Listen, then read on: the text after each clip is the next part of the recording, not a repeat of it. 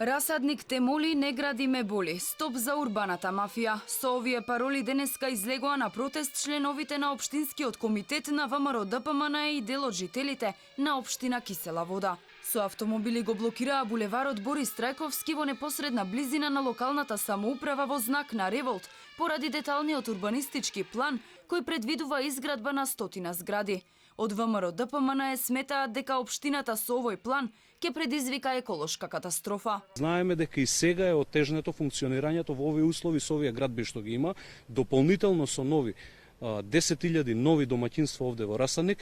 Овде ќе се случи еколошка катастрофа, ќе биде ружата на ветрови спречена од водно која што треба да циркулира во останатиот дел од Кисела Вода. Со евентуалното усвојување на предлог ДУП-от ќе се закочи во целост функционирањето на овој дел од градот, во кој што и онака владее безредие и урбан хаос, а општината не презема ништо за регулирање на овие проблеми.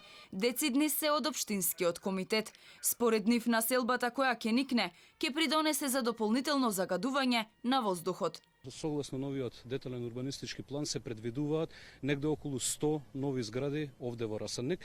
Тоа се нови 20 до 30.000 жители во Расадник, или со други зборови тоа е како цел град, како Радовиш, да го преселите овде во Расадник во општина Кисела Вода.